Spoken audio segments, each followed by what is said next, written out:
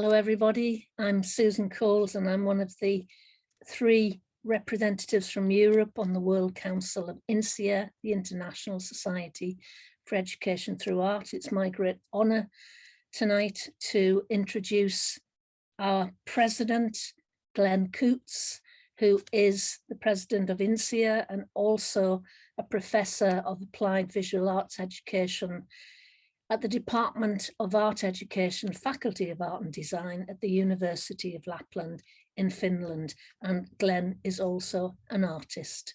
Over to you, Glen. You need to unmute.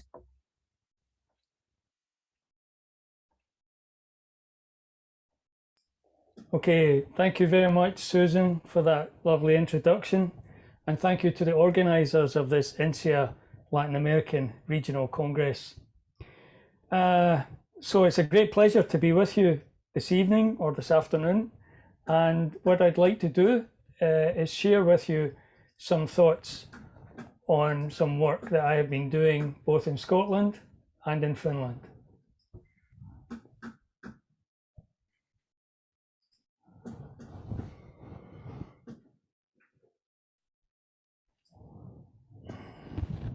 So, first of all, I want to talk about the title of this talk. I called it, It's Called Modern Heart. So I'd like you to picture, if you will, 2 children playing. One is 6 years old, the other one is 3 years old, and they're playing with paints, splashing the paint around, and the 3-year-old is looking at the 6-year-old, and the 6-year-old's concentrating on this work, trying to make something. Leave me alone, leave me alone. And the 3-year-old, the girl, is saying to her older brother, but I want to do this. It's called Modern Heart. And the way she pronounced it set me thinking about this idea of what do we mean when we talk about art? What do we mean when we talk about modern? What is it for? And so this idea of her mentioning modern heart, she definitely said heart, made me think about this idea. So I don't know whether this will translate well in Spanish or Portuguese, but this idea of a heart, modern heart, was very interesting to me, and it set me thinking about what I might say at this keynote presentation. And here we have a quote from Aristotle, which is also, I think, very important for us as art educators to think about what art education is for, what education more generally is for. And it's not just about those intellectual faculties, it's much more about the heart and feelings as well. And so this idea, educating the mind without educating the heart, is no education at all.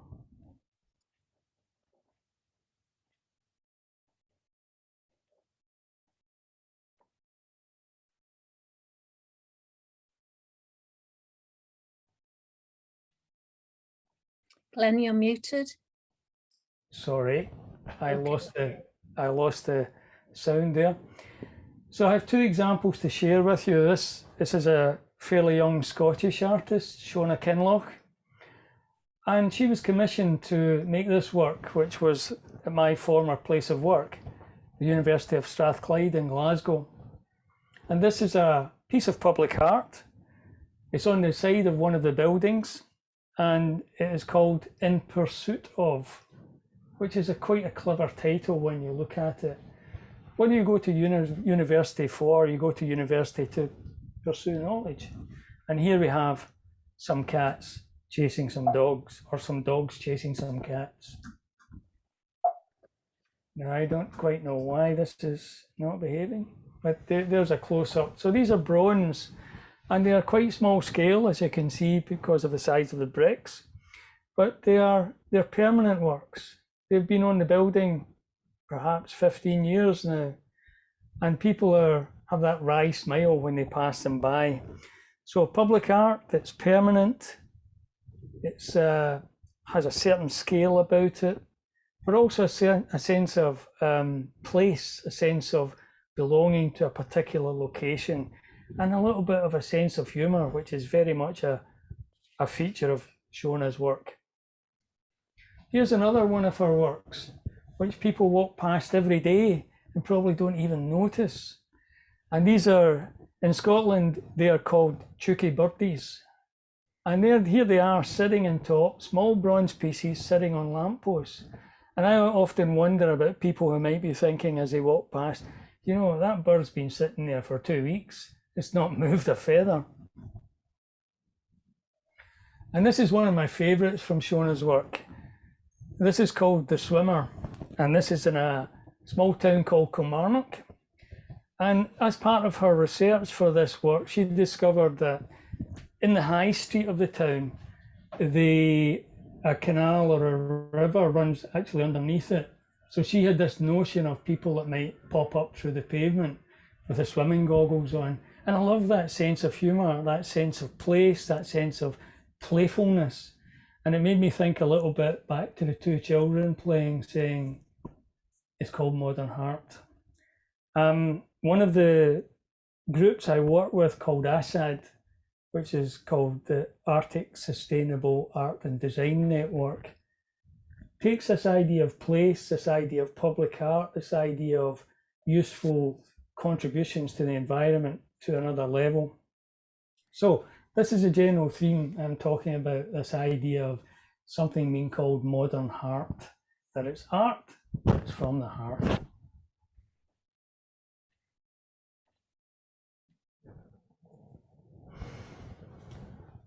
So, you're going to tell us a little bit more about ASAD, yes? Yeah, thank you. So this is a website for ASAD, so people can welcome to look it up and find out a little bit more about what we do. But essentially, this is a network of, I think, 26 universities right around the circumpolar north in the Arctic Circle, from Siberia to Alaska.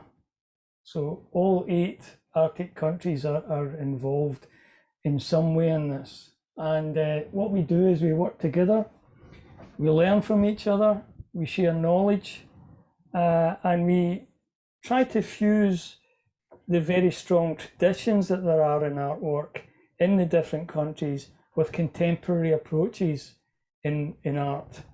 So we're talking about modern, this idea of modern heart being contemporary, being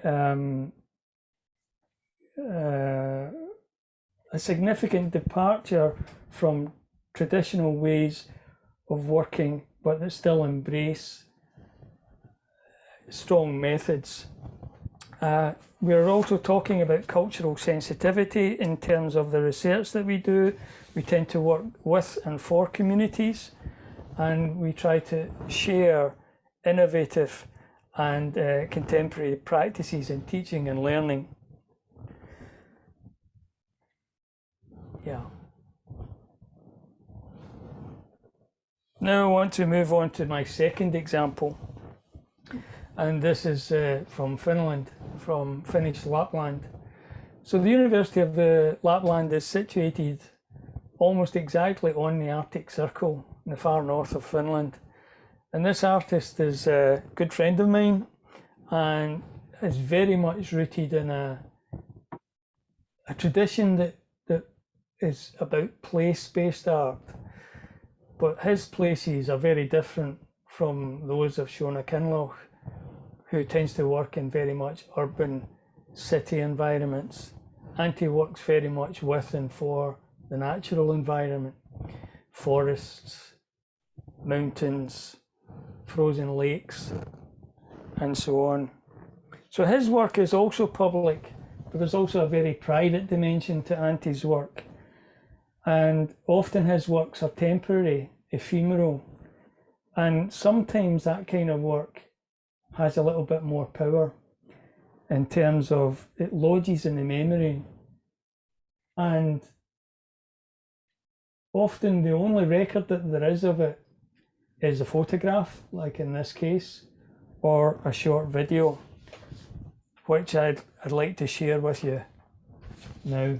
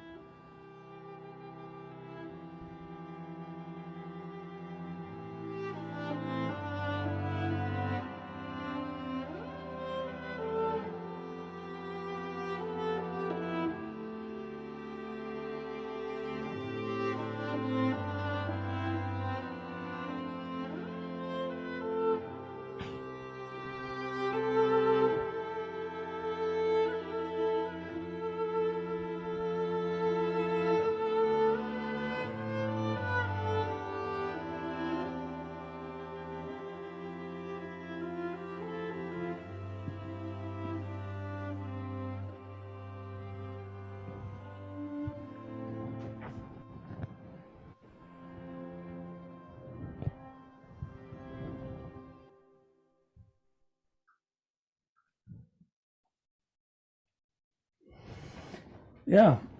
So that was a piece that Auntie made on the river, which there are two rivers which converge, and the university is situated on the town of Rovaniemi, which is right at the junction of the two rivers.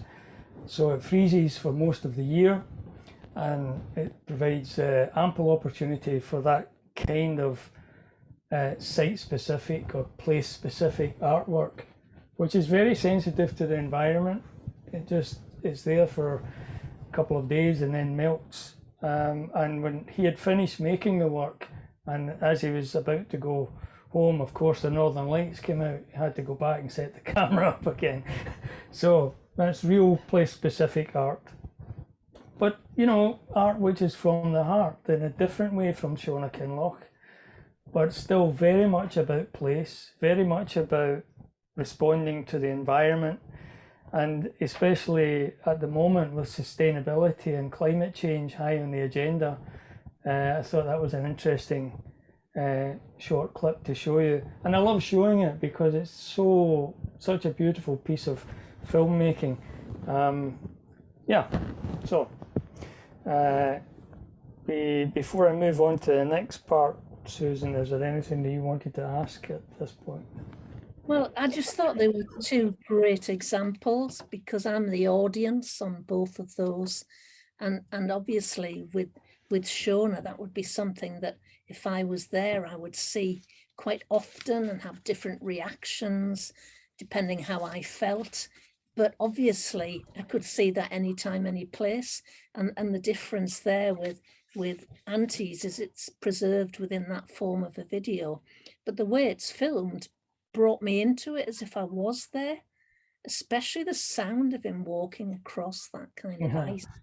I thought they were absolutely fantastic examples, and as somebody who is in the audience from a distance, I found it fascinating. I really, really, really do. And you started off by saying that, what do we mean when we talk about art? Sometimes I don't want to talk about art, I just want to see it. And that's I think is an important thing as well, is that we sometimes try too hard, Glenn, to put things into boxes and labels, and it distracts us from the experience of being a consumer of art. I mean, I don't know if you would agree with that. So. Yeah, absolutely. Sometimes Picasso was always frustrated by people who are wanting explanations for his work. You just have to experience it. You have to be part of it. But I was thinking about this being part of a conference which is about education through art.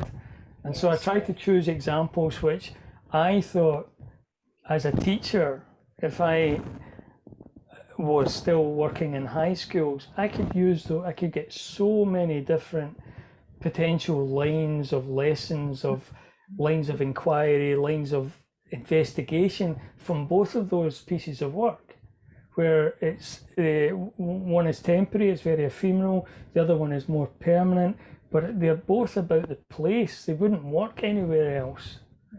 And for me, that's what's very interesting about this kind of work, and maybe brings me on a little bit to talk about InSEA and why I think InSEA is important, and maybe a little bit about the theme of this Congress, which cracks and provocations. And I just wonder, maybe in a way, we're beginning to, if I can get this to move on, maybe we're beginning to look a little bit through the cracks, to see the potential here, bringing together art and education. You know, I said that I think that art is a form of education, experiencing it, making it, consuming it to a certain extent, but also education is a form of art.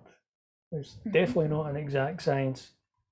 So InSEA strives to bring together those disparate strands of education on the one hand, art on the other. Where's the middle ground? Where can we work together? Where can we find that liminal space that we all, as artist educators, like to work in? So these two examples, one from Scotland, one from Finland, show just some of the ways, and I'm sure there are many, many examples in Latin America, all around the world, of artists who are responding to context, to place, to eco-social, political circumstances. But we, within InSEA, this is a preview, by the way, of our new website. This is the Spanish version, where we are trying to bring people together to share and contribute to knowledge and help each other develop as professionals and as educators and as artists. So I want to move on a little bit now. So showing you two examples of individuals responding to spaces and using art, or this idea of modern art. What about when groups come together is my kind of next move, and that really is what InSEA is about. I like to think about InSEA as a kind of connecting society where we're helping people to develop existing connections, but to make new ones. And so one example, I hope, is an example of a research project which is kicked off or started just last month, in fact. Mm-hmm.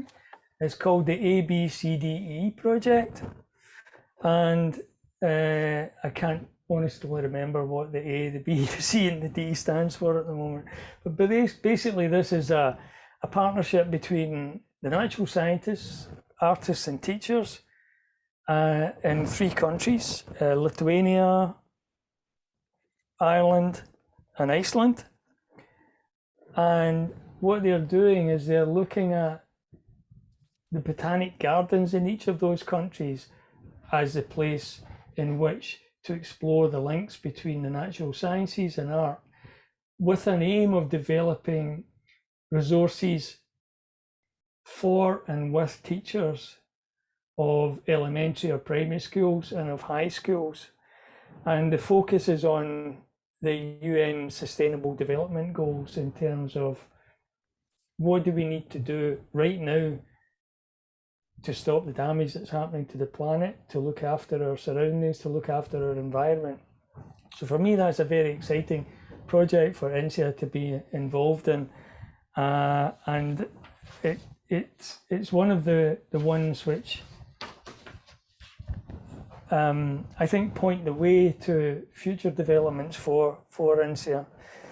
So they're creating a dialogue between natural science, between the artists and the teachers, and it's got the potential for experiential learning, not only on the part of the teachers, but also of their students and pupils, who will be able to go to the botanic gardens and see them through a new lens, through the lens of an artist, through the lens of a scientist, and maybe somewhere in the middle through some combined understanding of what science and art can bring to the learning context. So that's more or less my short presentation. 2 examples, one from Scotland, one from Finland, a little bit about ASAD, this Arctic Sustainable Art and Design network that I'm part of, and then finally this relatively new research project that InSEA is involved in. Thank you, Glenn. I think one of the things that stands out for me is that the acronym InSEA stands for the International Society for Learning Through Art, which of course is based on the words of Sir Herbert Reed. And I think this last example that you're showing of the partnership between the sciences, the artists, and then the young people in the schools is a perfect example about that. I always think about the greatest polymath that ever lived being Leonardo da Vinci, and that marriage of art and science, which is so powerful. But one thing that strikes me as well, and what you're talking about today and showing your examples, that despite the fact that we're all over the world and we've got members in over 70 countries, we have a lot more in common than the things that keep us apart. And even though COVID-19 is an awful pandemic, it has, for the first time in our living history, put everybody under the same lens of something happening in the world that affects every individual in every country. And that is revealing a little bit of what you talked about. There are cracks now, and we have to explore those cracks. And the provocation, I'm going to ask you, the provocation, is that us that creates the provocation, or is it the art that we create that will provoke responses? What do you think? Yeah, I'm not sure that either of those two artists were looking to provoke anyone when they were making the work. I think they were rather responding to the place, to the circumstance. Yeah. And like, I think all good art allows people to interpret for themselves. So I suppose in a sense it is provoking a little bit, but I have a difficulty with the word provoke, because it always has connotations of aggression, of even violence. You know, you can imagine someone in court defending their case saying, well, you know, I was provoked to do this, you know. So it's difficult to, for me, the word provoke and art don't always sit happily together. But I think eliciting might be better, to elicit a response, to invite a response, you know. But then we get into kind of semantics about this. But I don't think anyone who's looked at Auntie's video, or the very, very few people who actually saw it, and there's another thing, I mean, the video made that available to a huge audience, but you know, a handful of people probably saw it for the couple of days it was there. Whereas Shona Kinloch's work is in the public domain and has become part of the urban fabric that people just walk past every day. The swimmer, people sit in it having their office lunch, you know, and have taken it to be part of the, and that's great, you know, because you think about other aspects of public art, which are, you know, traditionally equestrian statues, usually with a man on them, celebrating some war that everybody's forgotten about, and it's aloof and it's separate. Whereas Shona's work is much more. Maybe it is provoking. Maybe it's provoking a bit of fun about urban space as well, which is nice. You know, yeah, I think so. So they're both examples of what you said at the beginning about art being from the heart. Both examples of that. So, Glen, obviously, yeah, that's memorable, that video, by the way. I can't stop thinking about it. Especially, I love showing it. I just love showing it. When you went back and the lights came out, like serendipity, wasn't it? You just couldn't imagine that would always happen. But I'm going to thank you, obviously, for your presentation and for making us think, because you see, provocation can be gentle. And I think in a way, you've gently provoked me to think about spaces and public art. And obviously, we're here because we represent InSEA. So your final comment of today is tell people why you think if they're not a member, they should join us. Well, you mentioned COVID-19, and this is something which is, everybody says it's driven everyone apart, but actually our experience in InSEA has been that we've reached people that we haven't reached in the past through our webinars, through this kind of online format. It's not great, it's not the same as being in a room and debating face to face with people, but in a strange way, the pandemic has enabled us to reach a different audience. But I think I joined InSEA when I was a teacher in high school, and many of my colleagues hadn't heard of INSEA, and probably many people in high school still haven't. But it has been so beneficial to me in terms of learning from different cultures, from different countries, from the practice in different places, that it has provided a forum to talk about art and education, to talk about what matters about making art, about especially young people having the opportunity to make things into and to express themselves in ways that you can't, to say things you can't say with words. Yes. In a very personal level. So INSEA has helped me to do that, and I hope it can help you and other people, because our experience is that once people join, they tend to stay with us. So it must be something about that community of artist educators that's rewarding. Well, thank you, Glen. Thank you very much. Glen Coutts, the president of INSEA and guest speaker tonight. And thank you very much to the organisers for inviting us both to speak to you. And I think my last sentence is, art is a universal language. Thank you.